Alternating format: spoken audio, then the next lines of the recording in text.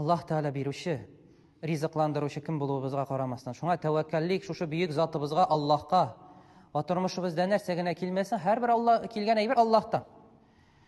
Boshqa bir oyatda aytdilar: "Estaizu billah, qul la yusibana illa ma kataballohu lana, huwa maulana va alallohi falyatawakkalul mu'minun."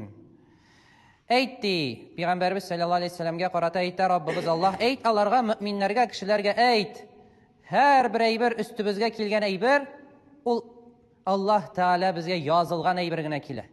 Taqdir bo'yicha, qazobiz bo'yicha narsa bizga yozilgan ekan, shu aybergina keladi, boshqasi kelmayacak.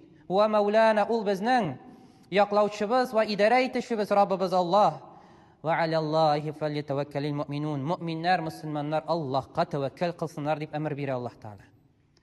Shunga ko'ra turmushimizda narsagina bo'lmasin, nindigina hal bo'lmasin, barsida bizga yozilgan.